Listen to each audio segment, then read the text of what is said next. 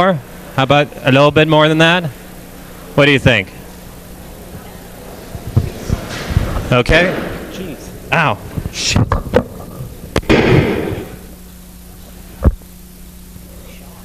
Yeah, I'm probably will get killed here. Okay, can you hear me? Great. Greetings, I'm Kazys Varnelis, professor in the History and Theory program here at SCI-Arc, and I guess AV person now. Today I'm more than honored to introduce Thomas Willemeit, Wolfram Putz, and Lars Kruckeberg, who together are the partners of Graft Architects. Lars, Wolfram, Thomas, and former partner Christoph Korner first met in the architecture school of the Technical University of Braunschweig.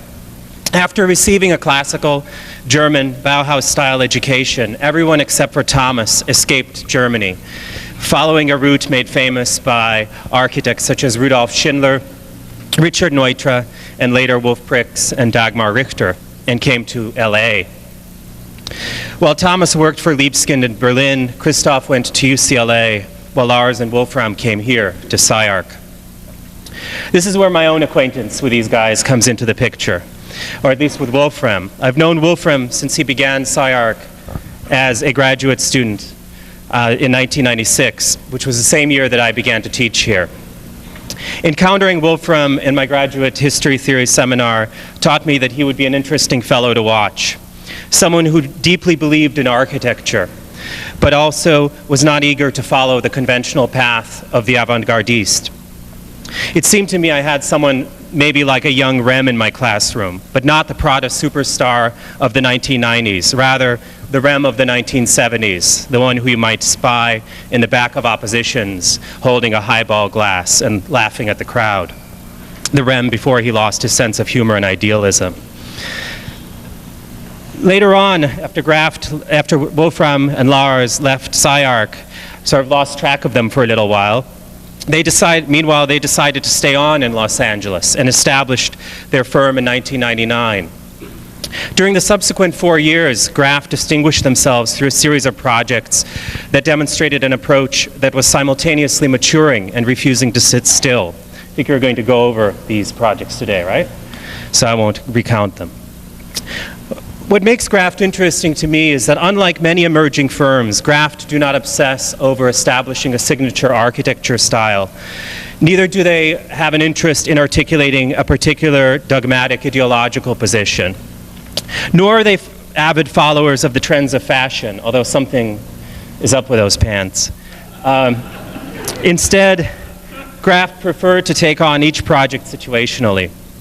This strategy has repeatedly proved successful, garnering them remarkable attention and ever bigger commissions.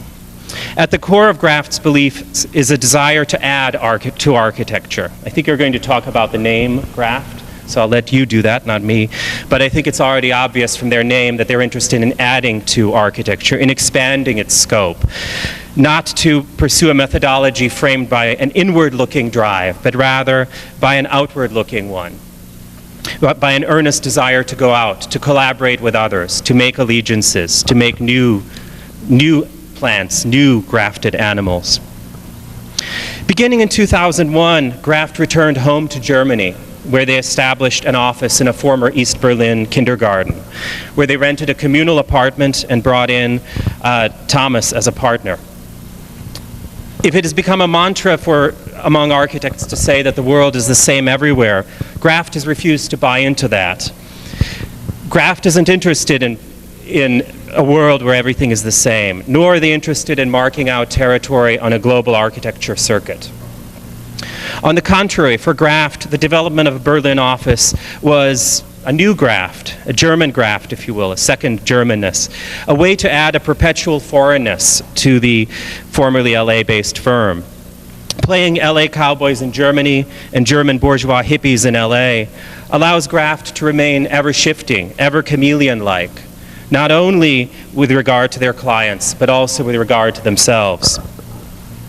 This summer, I had the opportunity to visit Graft at their East Berlin kindergarten office. And we went out for dinner at eating American food at a bizarre corner joint named White Trash Fast Food. And more recently, I had a chance to interview them at their bourgeois hippie compound in Mount Washington. Apart from the remarkable cordiality and friendship that Graft embraced me with, and that they embrace everyone who visits them with, what struck me about the Grafties is their relentless and deep belief in architecture. At a time when so many young architects are trying to do anything that will get them out of architecture, at a time when so many architects are trying to avoid making architecture, Graft still believes, and they believe deeply in architecture, in making it grow, and in making the world grow through their efforts in it. That's it. I wanted to be brief. And I wanted to welcome you back to SCI-Arc, where I've been waiting for a long time.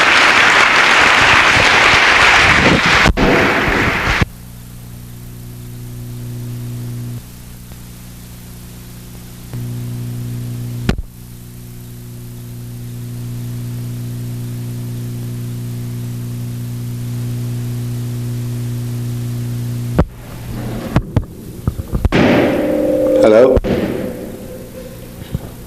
This is going to be interesting.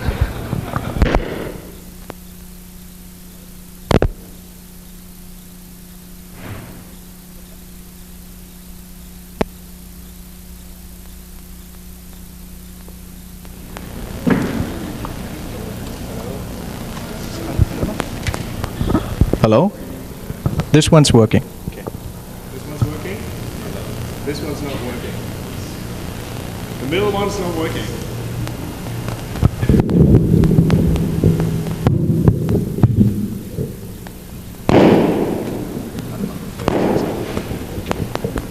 This one is working. Hello. Can you fix this one?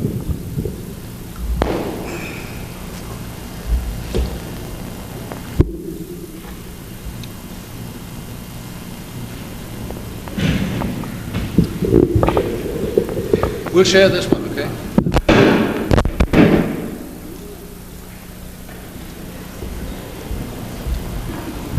Is that working? Yeah. Okay. Well, it seems that nothing really changed at SCI-Arc. That was always the same in the lectures.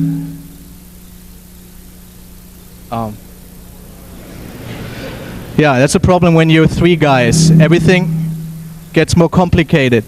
Yeah, thanks for inviting us. This is pretty exciting to be back at SCI-Arc and being invited to actually lecture here.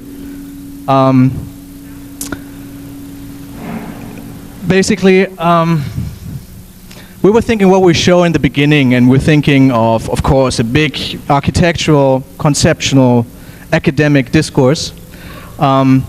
But we actually decided to do something else because something happened in the last weeks that was pretty exciting for us, and we wanted to show that instead of a big discourse, because we think it explains a little bit why we are fascinated in architecture and why we do the stuff we do and why we do it that way. We just got a commission for a little project in China, in Beijing, and we went there for the last 3 weeks, and we want to talk about China a little bit.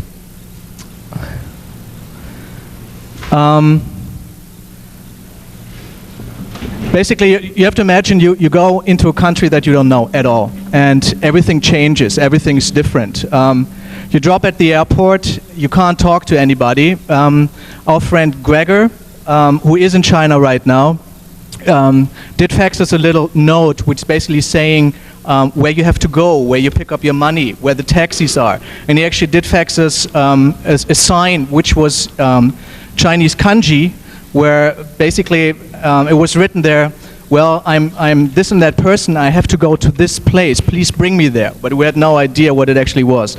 Communication in China is impossible because almost nobody speaks English. And then, of course, we don't speak Chinese. And basically, you hit a wall there, and you need these transmitters in order to do that.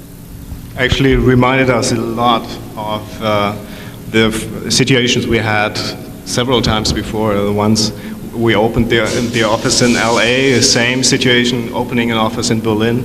It's always like dislocating yourself from the ground that you're coming, the known ground that you're coming from. Experiencing a totally new background discovery of totally new cultural influences.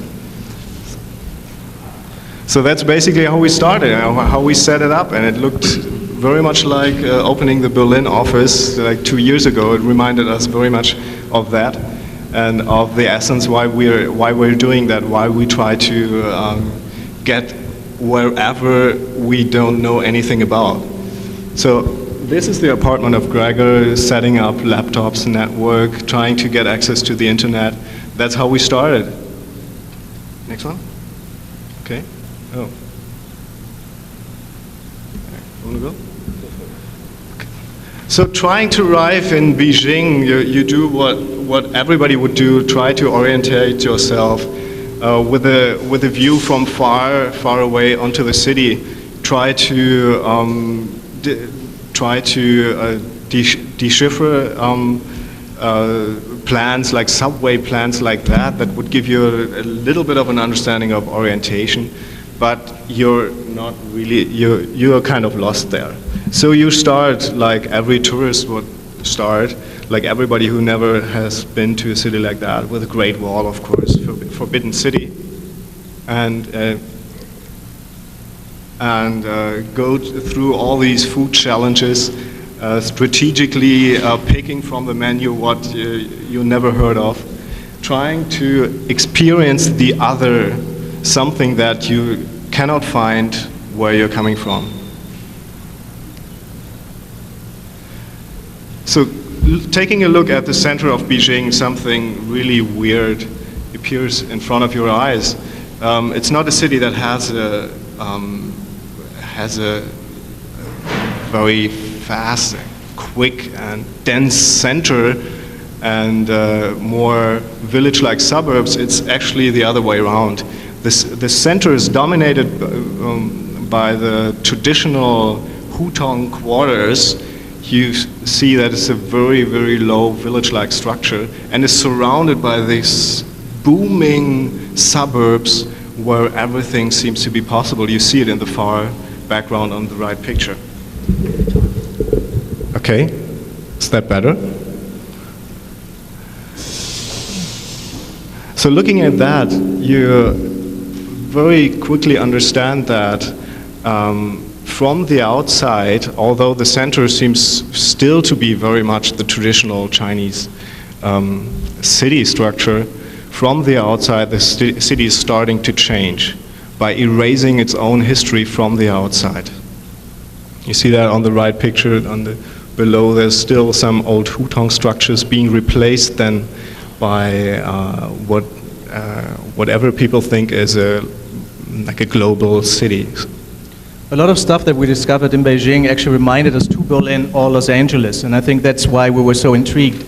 Even though it's totally different, everything is totally different, this history of forgetting that LA has, Beijing has that too.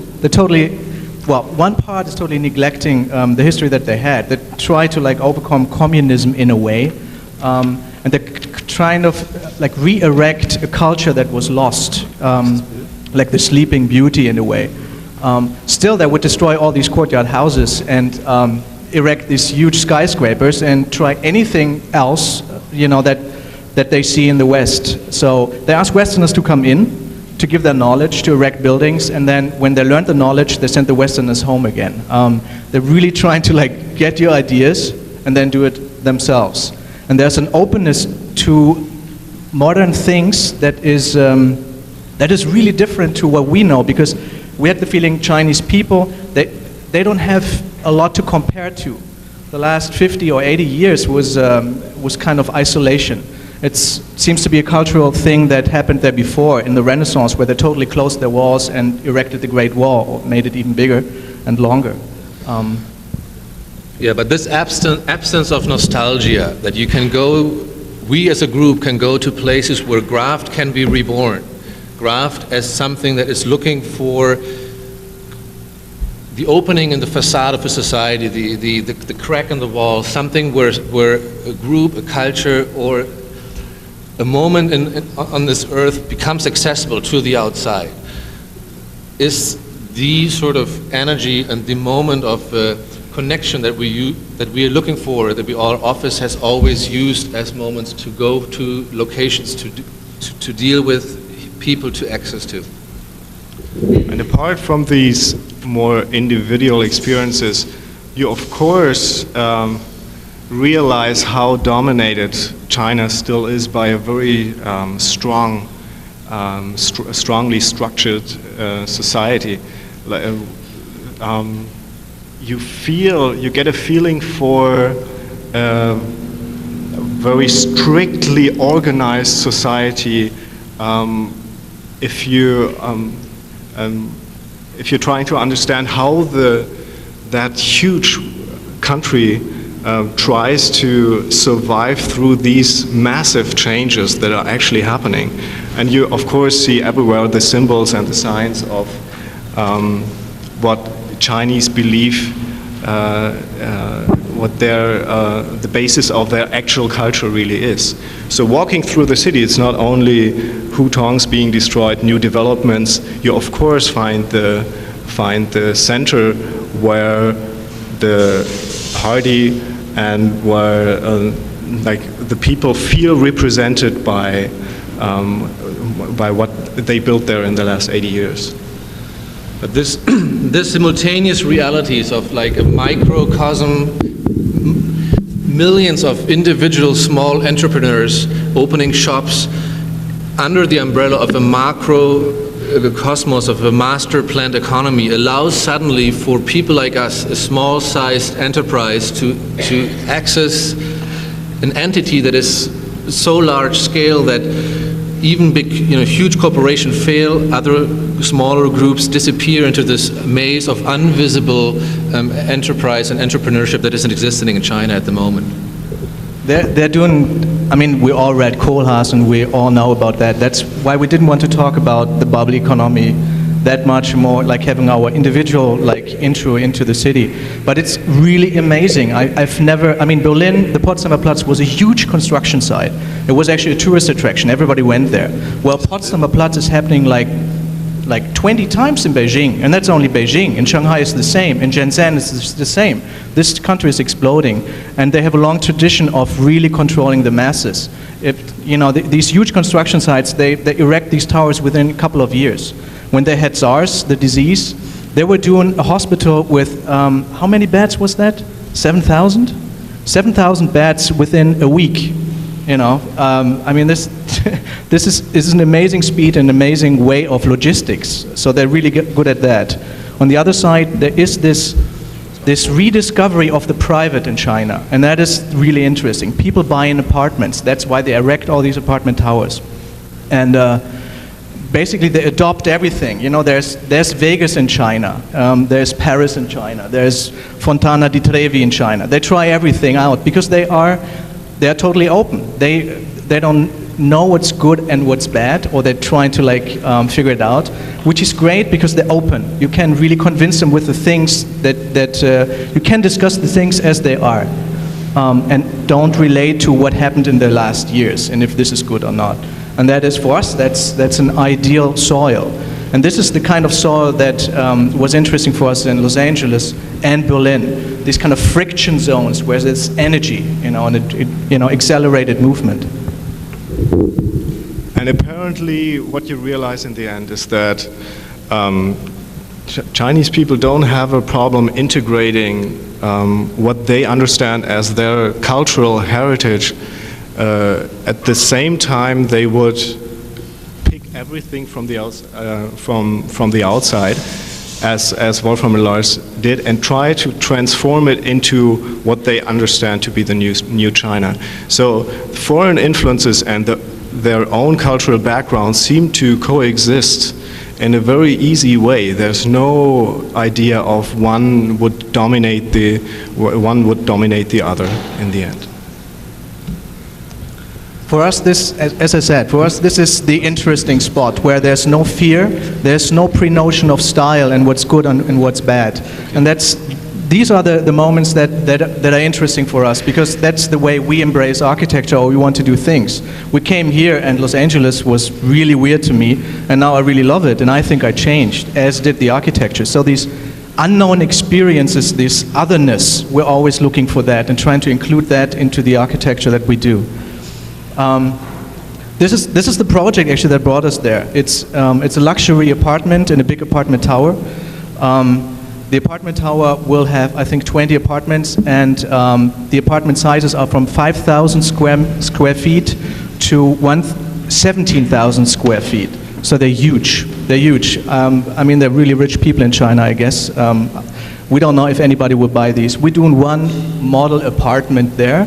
We are kind of the lady with a beard among very classical architects, and that's what we propose, kind of a radical approach to an apartment.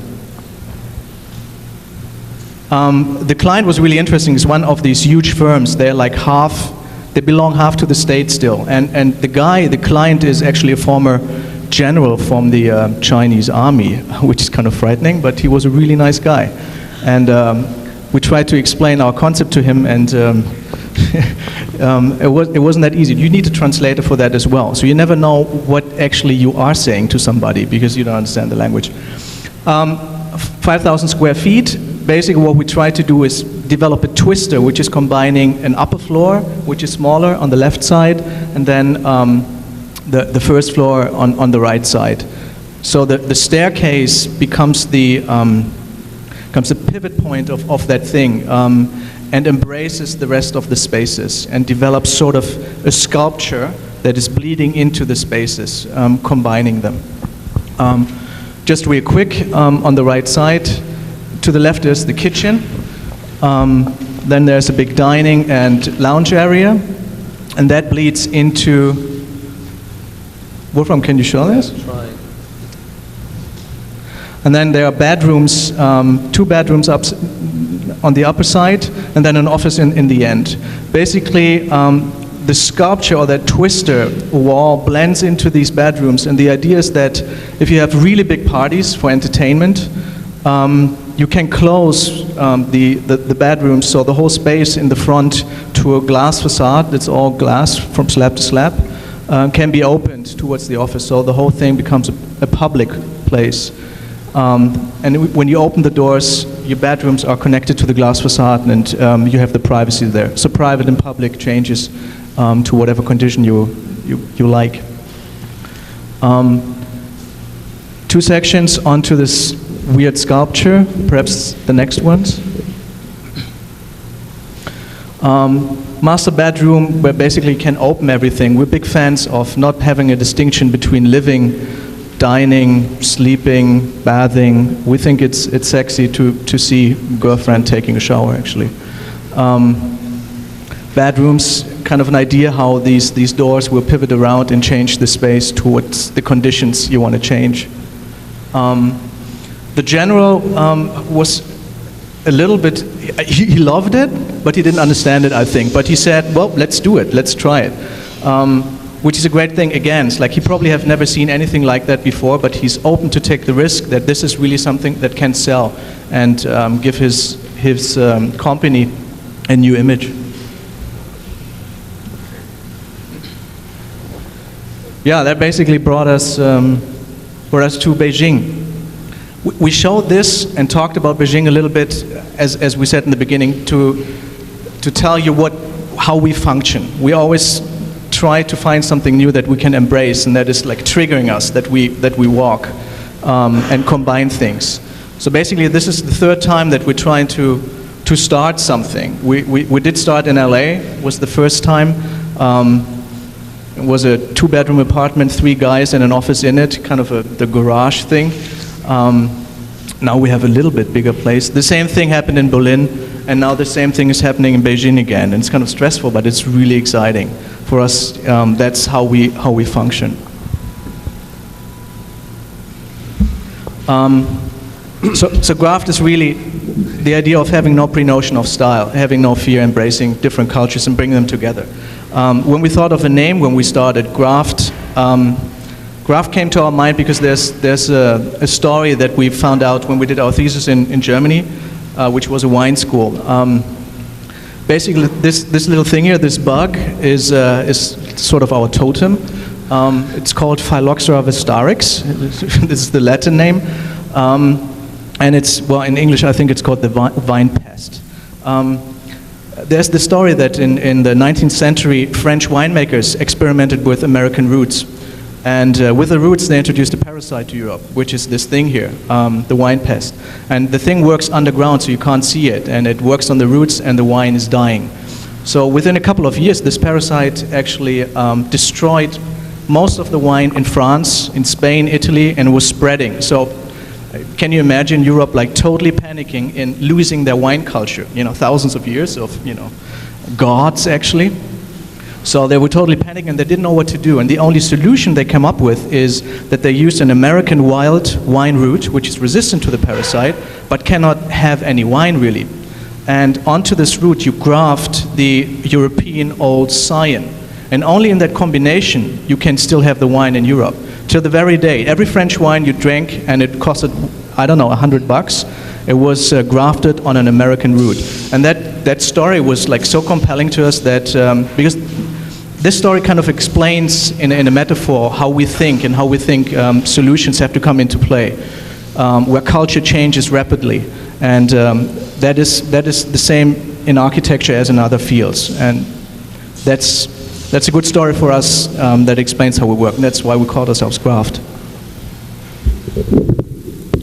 It is working very well as a metaphor, not only for the way how to do architecture, but also the way how we work together. Like many other offices today, we have a big network of people that is kind of helping us out. We always work together with friends and take advantage of old relationships. And something else what we're doing, like singing, we actually met through singing, or get to know each other really well through singing when we're still studying at the university in Braunschweig. That's how we build up a very close relationship, not through talking about architecture first, but through that very collective experience to do something together. This way of using different tools, using interdisciplinary, but not only as sort of a philosophical goal that everybody writes on his own flag, but really working in tools of music, working in tools of eventings, challenging yourself every day to leave the beaten path, leave the office if it's just a physical thing, led us to basically every other week, every other month, do something what we call eventings. Eventings are things that basically get you out of your own orbit. The first one happened 3 years ago. We called it the Walk of Pain. We decided, after having been sitting in our two-bedroom apartment with our office for 1 year, we need to get out. We need to get out into the city of Los Angeles. So we took the public transportation down to Long Beach and walked back home to Silver Lake. And took a couple of days. We had to find hotels to sleep in. We had to talk to people who could not understand the concept of walking.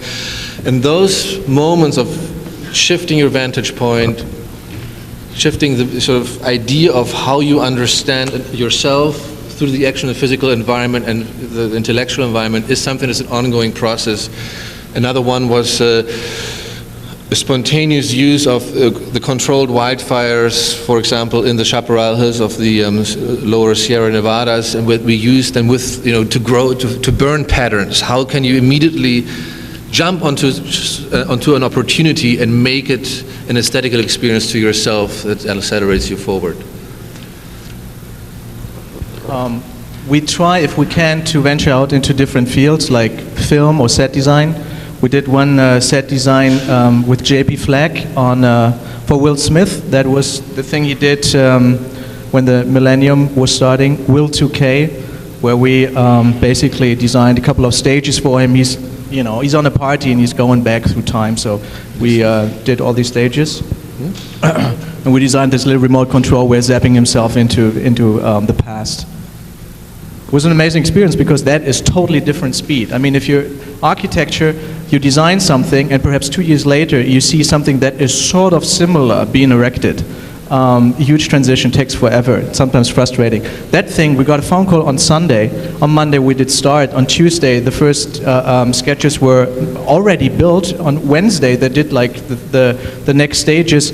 On Thursday they started shooting. Friday they destroyed the first stage, and you know, on a Saturday, Sunday, then everything was over. Within a week. It was amazing. What we do also is the next thing exhibition design? Oh yeah, we just got a really fun commission from somebody in Las Vegas who has a limousine business, and he bought this huge cargo van and wanted a special limo in there. So he asked us to design the interior. As a special thing, he wanted a strip pole in there, so ladies can dance in there. So something where you know, that thing can be removed, of course, because he's also using it for sales purposes. But at night, I think he's going crazy. So some fun projects come in. A lot of things we do is exhibition design. Yeah. One of our main fields that we happened to start like a year after we opened our firm in Los Angeles was that David Hickey asked us to be his designers on the art biennial, the International Art Biennial inside Santa Fe. And since then we have been working on different formats of dealing with architecture and art. It's how it can be a challenge of synthesis, also a challenge of the humbleness of architecture towards art, or actually the aggressiveness of architecture towards art.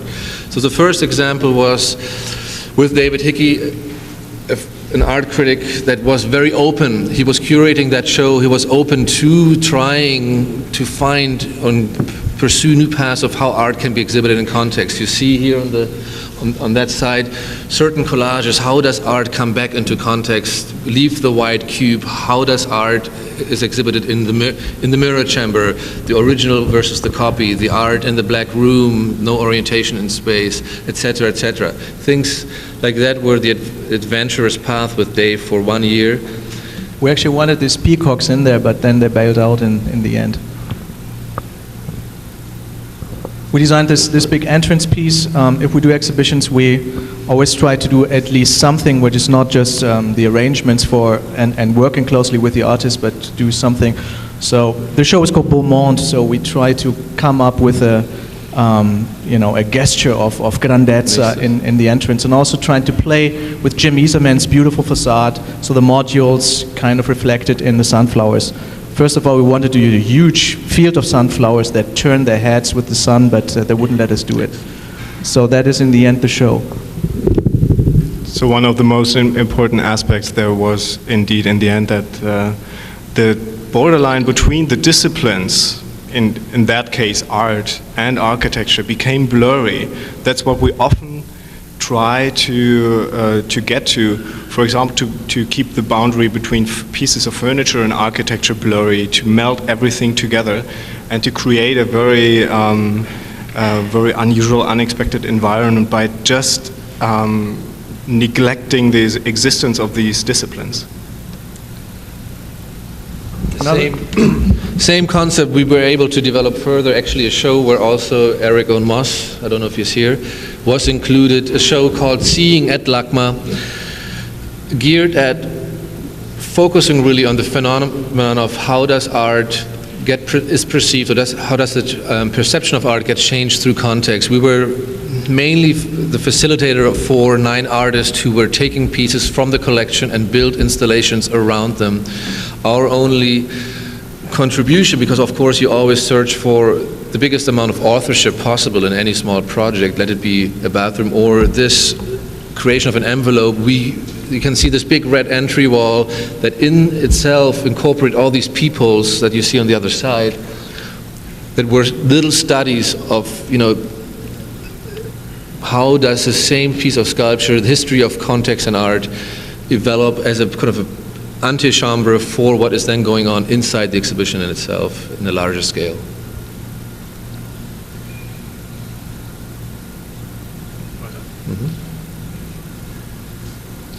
This is something that we did. We were invited in Estonia, in Tallinn, to do a show there. It was the was an architectural triennial actually, and they always invite people from around the Baltic states, so England, Germany, Sweden, Norway, also Russia. It was really interesting because the East and West comes together there. What we tried there is to develop our own little exhibition kit, and came up with these strange forms. Basically what we wanted to do is to do something that kind of displays our work, but is more about changing the space. So these things actually are helium forms with little propellers that you see on the top there, so, you know, like a little Mickey Mouse. And you could have people taking remote controls and fly these exhibition pieces through the exhibition. So we called them space shifters. So basically, that's what they did. They were just flying these guys all around. We did this thing also at the Chapman University in Orange County the beginning of this year. Kazys was part of that show too. So in the end, it became more interesting to create something that is changing the space and we can have fun with, have an experience within a space other than just displaying our work. This is a show that we got commissioned a year ago. It's called Glow. It's really fascinating stuff. It's bioluminescence. That means it's creatures that glow in the dark. Everybody knows the fireflies, but most of the stuff is actually deep sea. We've never seen it before. It's really amazing stuff, somewhere down there where there's no light whatsoever. So the challenge of the show was to create a space that is totally dark, where you can sort of have the experience of these clone creatures, and at the same time, because it's a traveling show, doing something that can fit in containers and fits every possible imaginable floor plan, because this thing is traveling for 5 years throughout the States. So we came up with this solution where it's basically a system where everything fits in the containers perfectly. We decided that we need boulders, or basically like a city landscape almost, that you can fill the spaces individually. So all these sculptural pieces, they fit in these containers and can get shipped. And then in the next location, you arrange them in a manner, you know, that suits the space. It just opened in San Diego, I think 2 months ago. And then a couple of weeks ago, we got a phone call on a Sunday that that thing caught fire.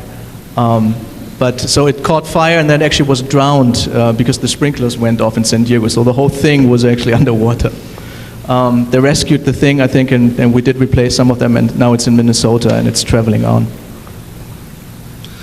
Without reflecting too much on how we, theoretically explain our project, we just decided we're going to show some, like the first one and two other ones that basically are little snapshots of, the manifestation of the thinking, the production that came from thinking. This is a project that we did, I think, in the first 2-3 months of when we opened our firm in Los Angeles. It's an idea of trying to understand a participatory system, write a software, how different iconographical, semantic portions, almost the genetic code of a style of a house can be used, can be assembled by a user and investigate and research with, test persons what kind of houses they would do this. The idea here was to use 3 genetic codes. In this case, it was, I think, German rationalism, Southern California style, whatever it is. I mean, it immediately also goes in the question of style. And what was the third one? I think a Schwarzwald house. Schwarzwald, Black Forest cabin. You can see a little bit how, the software at the time would actually then create roof shapes, envelope shapes, foundation shapes, window forms. That's a process that has been ongoing till today. The question of iconography and your own referencing of a style that wants to be denotated, but it always deals with connotation and context and stylistic. To give you a little bit of an idea how the office works, we have to say that we very seldomly do competitions to get our commissions. We often get commissions, we will find clients through build projects. That's what's normally happening. But sometimes if we're invited to a competition like this one, We do that to try to experience a completely new path for ourselves without really trying to get a real project out of that. And this was a competition organized by a big German newspaper and I think, German Architectural Museum in Frankfurt. I don't remember very well. And they gave every participant a lot of 5,000 square feet to put a house on there, like an object, the very modern idea of putting a sculpture, a house of the present, they called that. So the actual way to build a single family house, and we tried to approach that from a completely different side, cut the 5,000 square feet lot in little stripes, folded them up and down, created a knot in the middle, and tried to keep 100% garden and transform the 100% garden into a 100% house, to mix both completely up, which is like the dream of the moderns, of course. This was a competition real quick. I think we have to speed up a little bit. We wanted to MTV cut here. This is a competition we did for Leipzig. It was a media lab, so you had to deal with existing conditions. It's an old historical building, and we decided to have one big beam on top of the whole thing, which is nestling there, which is set there. And we were researching with a couple of structural engineers, friends of ours, stochastic systems where you don't have a primary structural grid or something, but you have like a, how do you call that in English? Basically, you wrap around synthetic fiber in order to strengthen the whole beam. It's an enlarged spinning machine that you use on a small scale for producing glass fiber objects at the moment, but there are 2 or 3 machines in Germany who can spin at a scale like this. And basically what you get then is a beam where you're totally free in the floor plan. So whatever's there, you know, flexible conditions in there. Let's go to some build projects or projects that are in the making right now. This is actually the first project we did here in LA.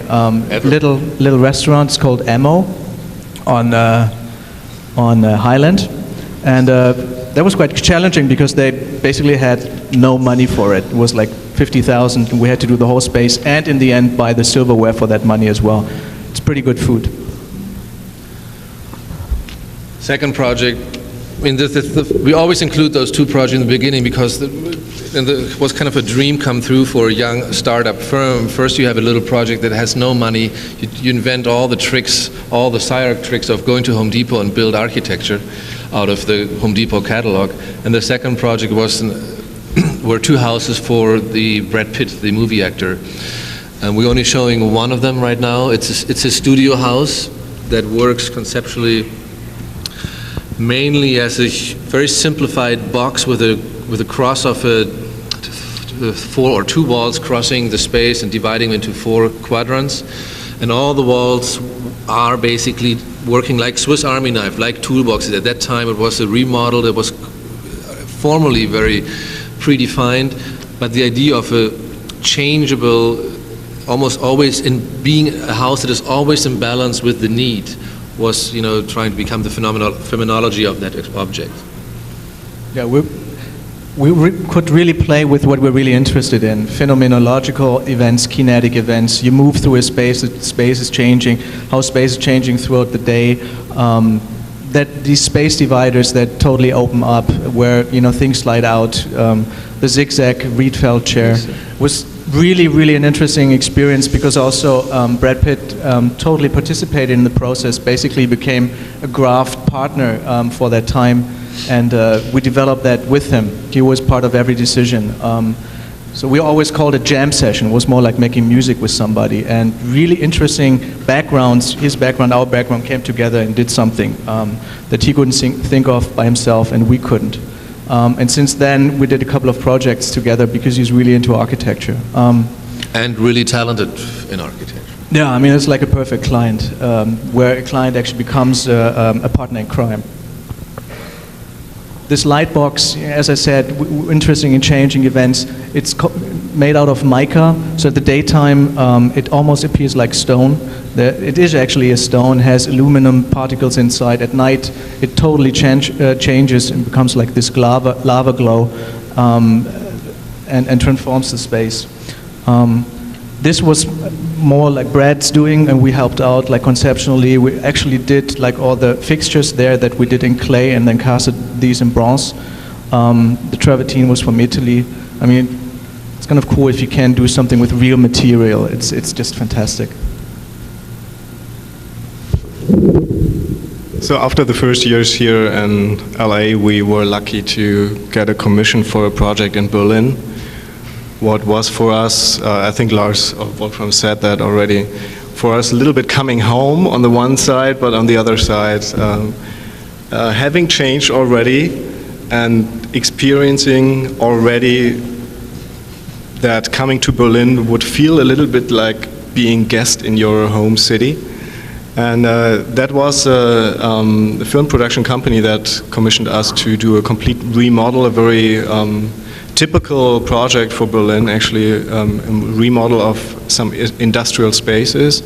We got this, you see that floor plan, we got that as an empty space. And we actually got the commission through an idea that we had that had nothing to do with that space, but with a freight elevator attached to it. An outdoor freight elevator. You can't really see it. I don't know why it's chopped off there.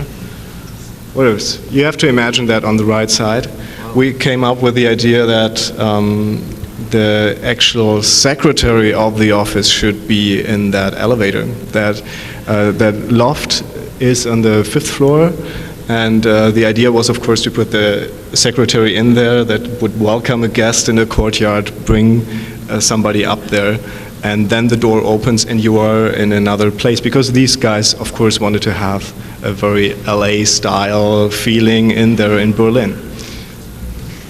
Okay. We're sorry about this image. It's actually cropped, so most of the images, or some of the images, is missing. Can't fix that? Okay. So really running through a little bit faster, one idea that Wolfram described in the pit house, we tried here also. Imagine somebody is asking you to do an office space for a film production company, but at the same time his private office. And he wanted some sort of combination. So one idea we came up with was to keep the option to open the whole flat completely and have everything meld into one big space, and use the actual apartment as a stage set for whatever they want to have there, like separated office areas from the apartment, or another day you would just find an open stage and not even realize that there was an apartment before. Similar project here. At the same time, a very similar project happened, also movie client, also production house, but in Los Angeles.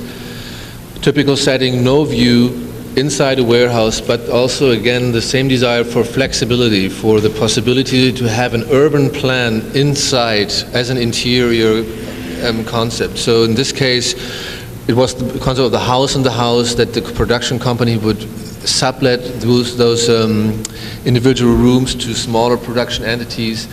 The conference room were freight containers, those interiors were developed, and the freight containers can be taken out and moved once, the typical LA usage cycle stops and the company moves on, which has actually happened just recently, that the company moved out and took some of those containers with them.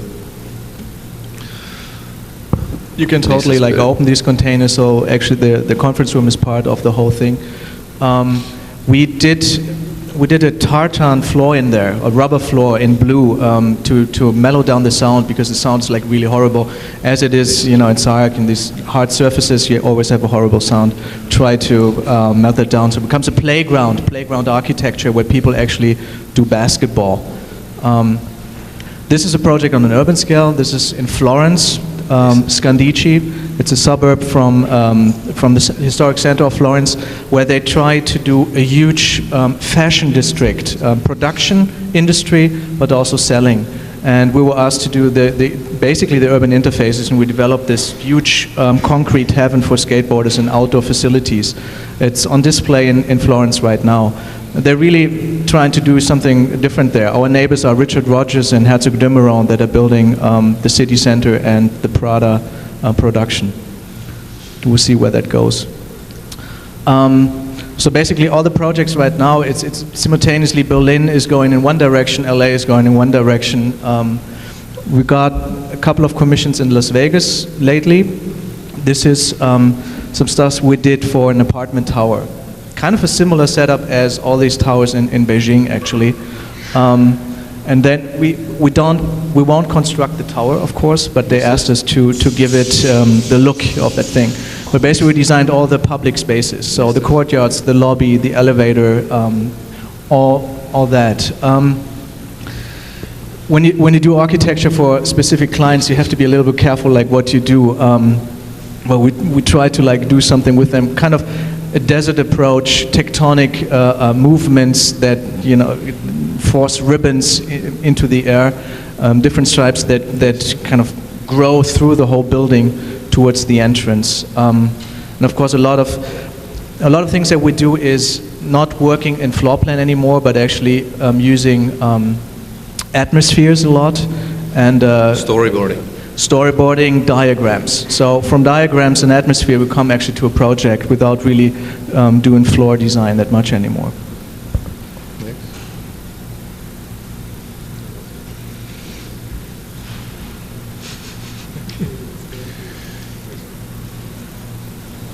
Another project we do in Vegas is a restaurant in one of these casinos. It was kind of tough because the client really wanted to maximize seating. So basically the floor plan is a total machine. There's not that much space for design. So it's all about picking the right materials and having a good flow of energy within the space. Because in the end, it's all about spending money for the guys. So the whole thing actually is in the ceiling. In the ceiling, you have some freedom for design. And that's what we try to do. Kind of concentrate some spaces with cutouts, but then again, it's like having this really soft movement that guides you in there, and you kind of keeps you inside, keeps you contained. With some ideas for the bathrooms, again, atmospheres, transparencies. We wanted to have the guys, when they're taking a pee, that actually they have a one-way mirror where they can peek through a mirror into the bar and check on their lady or something. And in the end, of course, it's always really hard to get your design into building mode. So production is interesting. These are the latest renderings of that thing, which will start construction beginning of next year. Vegas has sort of become our local Beijing. 3-4 months ago, suddenly we had offers after offers from Vegas, and immediately, of course, all those memories kick in, from learning from Las Vegas to the sort of arrogant, what is that? The arrogancy of this is no architecture, this is no background and context for us. But Vegas has proven at the moment itself as something that is also opening up niches, possibilities to go in and try how you respond, try how it responds to you. What is happening? I think this thing had no power, so it was actually on the battery, and now it's gone. Oops.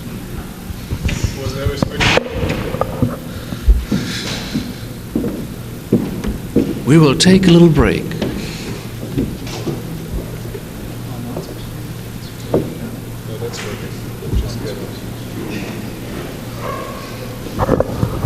Well, then let's continue with one side.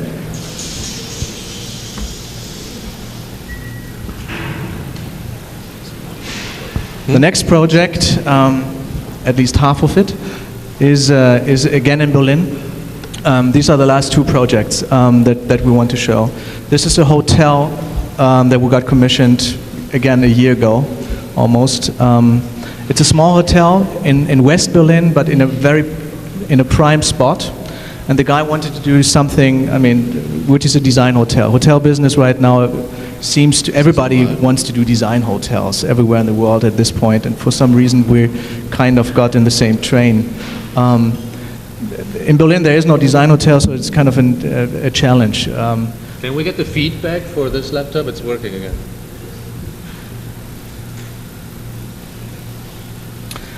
The challenge here was that there's absolute minimal space. It's a very tiny lot, and there's very minimal budget, which is always a problem. So the challenge in this case was how the first floor, the floor plan, can have a reception, can have a bar, can have a lounge, can have breakfast eating, can have a bar at night, an outdoor space, and all again in this minimal spot.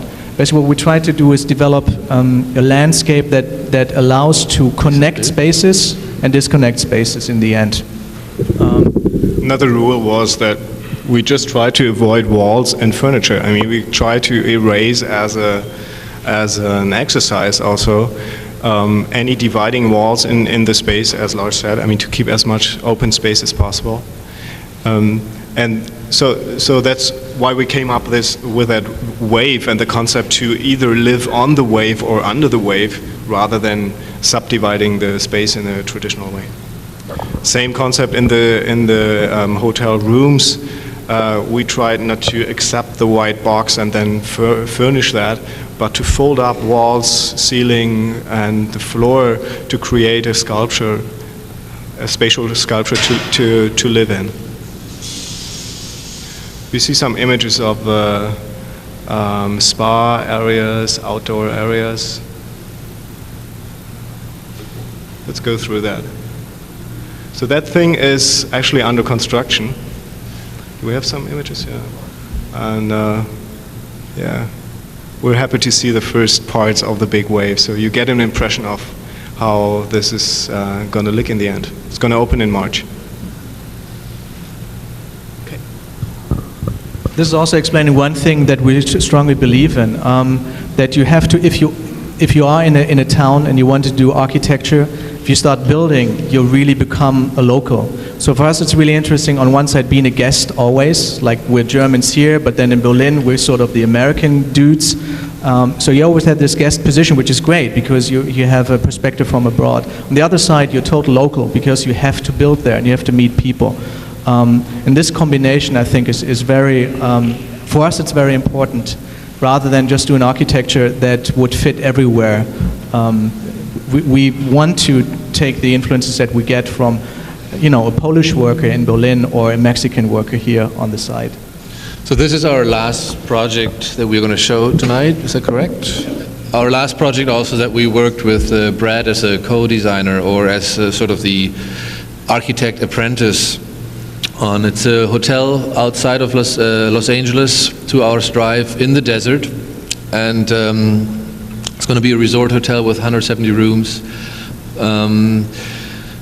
The site is a complete barren sandy desert, and the idea in the beginning was to really do studies. There's a very predominant constant wind condition, and we use those site context conditions to generate or to use them as a basic ground for formal experiments to generate form through site conditions, not only as sort of you don't have any other idea in your own self, but also for later arrive at an architecture who can deal with that wind also on the level of saving HVAC costs, etc. Architecture that is really shaped and you make use of that condition. So basically from these forms, these wind studies, thousands of years of evolution, we finally got to a scheme after the client got really scared after we showed him all these images on the right side because he had no idea what we had in mind. So at that point we developed the atmospheres of the spaces and he was like content in the end. We would actually like to show a little movie that we prepared for the client, so forgive us the sound is actually kind of interesting. I have to change that, and the movie will show basically how the spaces work in there. Just change it. One interesting aspect, and you're going to see some images, renderings in the film, that shows a little bit how we tried in the process of developing that that particular project, how we try to combine the view from the outside with also starting from the one-to-one experience with a very specific atmospheric quality that we then try to graft into the main concept. So basically, walking to the side, we have all these canyons, so we developed this desert and canyon landscape. First canyon is the tree canyon, where you walk through, where you have the spa, all that, hygienic things. The spa is actually more important than the golf course these days, so actually that means that the women is deciding where the vacation is going to be, not the guy anymore. We have a lot of it is outside, inside, so restaurants are outside, like crater restaurants, dining underneath the stars. We have an outdoor theater where you can watch movies at night. Everything is really casual. You actually could walk around with just your towel around your waist. Then at this parts, there are all these dune suites. So it's kind of a dune landscape where these units are tucked in, and you get total privacy there. So basically, you have the idea that you're alone on the side if you want to in these dune suites. They're all facing west, so they all get the great views to the mountains and the sunsets. The other suites, we try to distinguish them by different themes, so it's leather or it's light. Trying to make the people visible again what light actually means, working with photochromatic paint on the wall where messages are revealed, aligning things on the side to stellar cycles. And again, a lot of it's exterior, so we have loft pods all over the place where you could find your little privacy there with your sweetheart.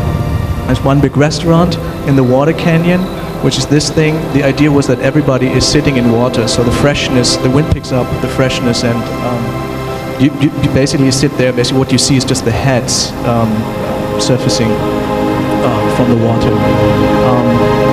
So now the flight goes back into this water canyon. We would love to have things that you discover on site, little pools that you find like the third day that you're there.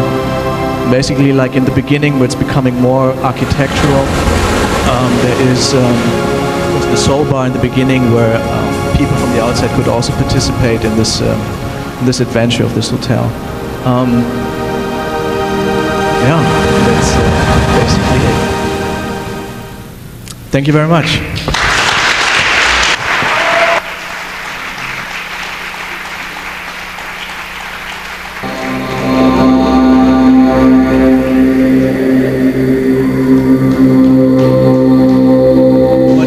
What we forgot to tell everybody is there's a second event at the Schindler House right now where we had a little exhibition. So most of our guys are actually in the Schindler, but we're all going to meet together in the end for drinks, and everybody's welcome to join us at the Prince, which is on Wilshire next to the Gaylord, or opposite to the Gaylord. We will have drinks there, so whoever wants to come.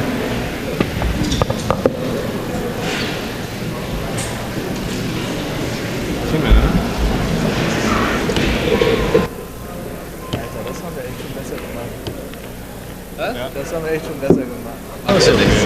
Aber I was PC. Ich muss auch pinkeln. Und schwimmen. Keine Fragen dazu.